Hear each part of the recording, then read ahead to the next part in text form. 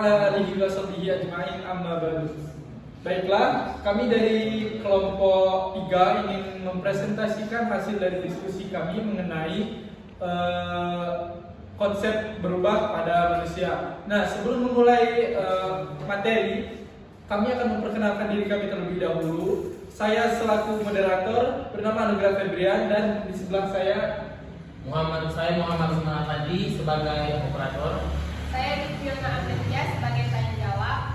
Saya Dia Putri Hanita sebagai tanya jawab. Saya Rizky Sofina sebagai pemateri. Saya Jeffrey Alasabitri sebagai pemateri.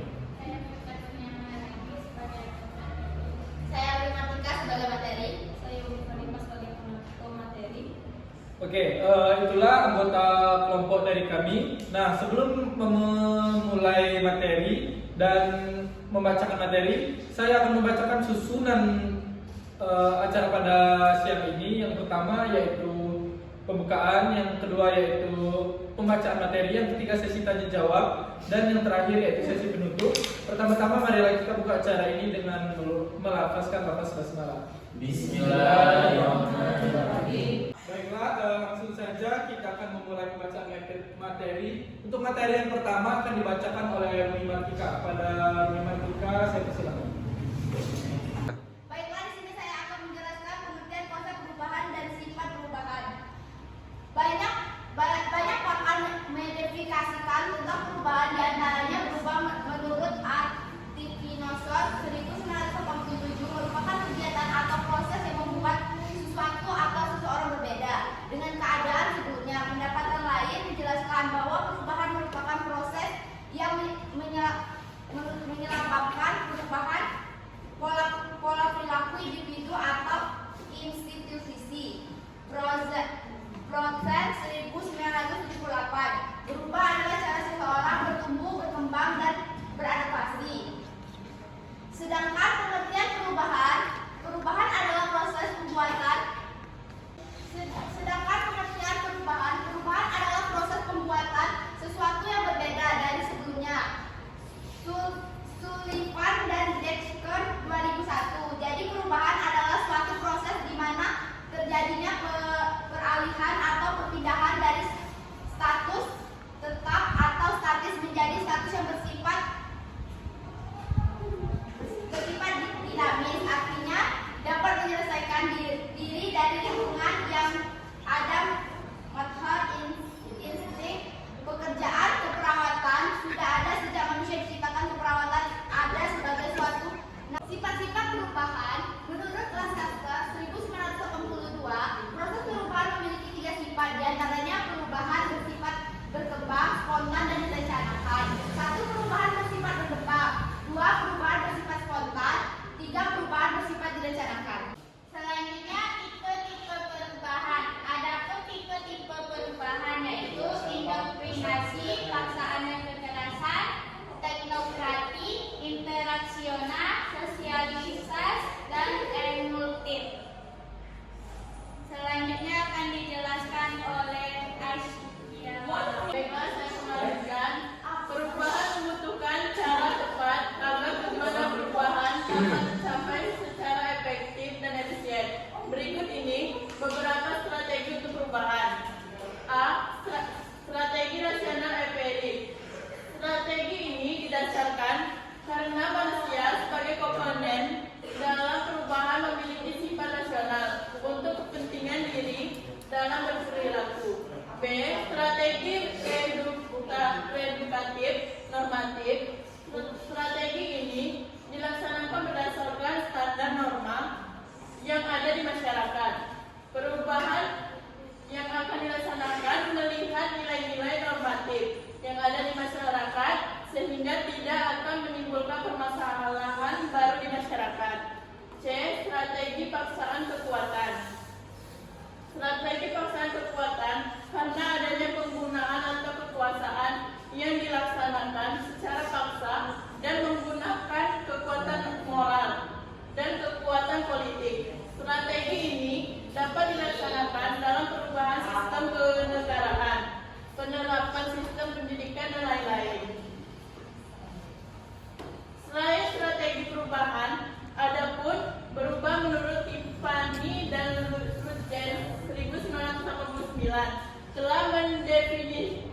mendidentifikasi 7 strategi berubah, yaitu 1. Edukasi, 2. Fasilitatif, 3. Teknologi struktural, 4. Data base, 5. Komunikasi, 6. Persuasif, 7. Koersif. Selanjutnya akan disampaikan oleh Umi. Baiklah, saya akan melanjutkan dari Aisyah Kia. Konsep berubah dalam keperawatan, tahap-tahap dalam perubahan. 1. Secara umum, tahap-tahap perubahan akan meliputi 3 tahap: persiapan, penerimaan, dan komitmen. 2. Pada tahap persiapan dilakukan berbagai kontak melalui ceramah, pertemuan, maupun komunikasi tertulis. Tujuannya agar tercapai kesadaran akan pentingnya perubahan atau change awareness. Dalam penerimaan, pemahaman yang terbentuk akan bermuara ke dalam 2 kutub, yaitu persepsi yang positif di satu sisi atau persepsi negatif di sisi yang lain. Tahap komitmen melalui beberapa langkah, yaitu instalasi, adopsi, institusionalisasi, dan internalisasi. Langkah instalasi merupakan periode percobaan terhadap perubahan yang merupakan preliminary testing terhadap 2 konsekuensi dari langkah ini. Selanjutnya, reaksi terhadap perubahan. 1. Berikut faktor pendorong perubahan. 1. Lingkungan eksternal.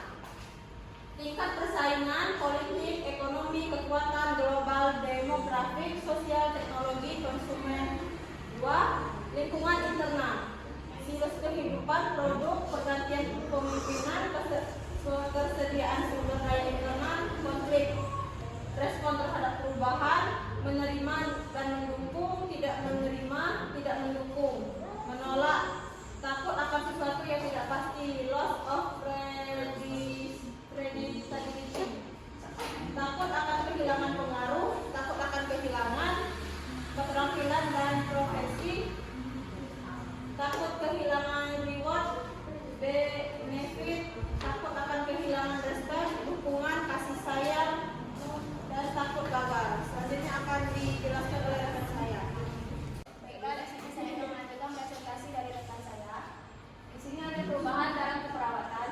Dalam perkembangannya, keperawatan juga mengalami proses perubahan seiring dengan kemajuan dan teknologi. Alasan terjadinya perubahan dalam keperawatan antara lain: A. Keperawatan sebagai profesi keperawatan, B. Keperawatan sebagai bentuk pelayanan, C. Perawatan sebagai ilmu pengetahuan, dan D. Keperawatan sebagai komunikasi. Penerapan proses berubah dan berbagai isu dalam perkembangan keperawatan. Penerapan proses berubah. Pendidikan karena kemajuan zaman, maka setiap periode tertentu dalam dunia pendidikan ada pergantian kurikulum untuk meningkatkan kualitas pendidikan.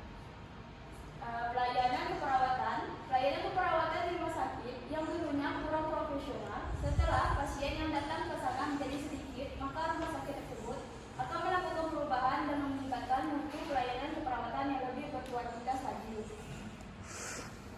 Individu mahasiswa yang dulunya malas belajar dan ketika ujian mendapat nilai B, maka dia dapat termotivasi untuk belajar lebih giat. Masyarakat yang dulunya kurang menyadari tentang pentingnya akan kebersihan lingkungan sekitar. Baiklah, itu presentasinya. Oke, baiklah, itulah tadi penyampaian materi dari kelompok kami. Untuk sesi selanjutnya yaitu sesi tanya jawab. Nah, untuk teman-teman yang ingin bertanya, kami persilahkan. Baiklah, saya Natasha Lestari ingin bertanya kepada kelompok 3, apa sih fungsi perubahan dalam keperawatan? Oke, baiklah. Nah, di sini kami akan menerima satu pertanyaan lagi. Untuk pertanyaan selanjutnya, persilakan. Baiklah, saya Natasha Lestari dari kelompok 1 ingin bertanya kepada kelompok 3. Apa konsep berubah menurut Pak Ahli? Baik, saya Bunda Amelia akan menjawab pertanyaan Pertanyaan Anastasia. Apa fungsi perubahan dalam keperawatan? Fungsi perubahan dalam keperawatan yaitu meningkatkan kesejahteraan dan kenyamanan bagi perawat dan klien. Itulah tadi sepertinya Natasha sudah memahami jawaban dari Fiona. Nah, untuk pertanyaan berikutnya akan dijawab oleh Dea. Ada Dea, silakan. Baiklah, saya Dea Putri Hernita. Saya akan menjawab pertanyaan dari Dina Yulia. Apa sih konsep berubah menurut para ahli? Konsep berubah dalam keperawatan banyak pakar mendefinisikan tentang berubah di antaranya, yaitu berubah menurut Atkinson merupakan kegiatan atau proses yang membuat sesuatu atau seseorang berbeda dengan keadaan sebelumnya. Oke, terima kasih kepada Dea telah menjawab. Nah, baiklah, itulah tadi presentasi dari kelompok kami dan ada beberapa pertanyaan telah dijawab. Saya selaku moderator pamit undur diri. Maaf apabila ada kesalahan dan maaf apabila ada kekurangan terhadap PowerPoint dari kelompok kami. Maaf apabila ada kesalahan. Saya akhiri. Wassalamualaikum warahmatullahi wabarakatuh. Waalaikumsalam.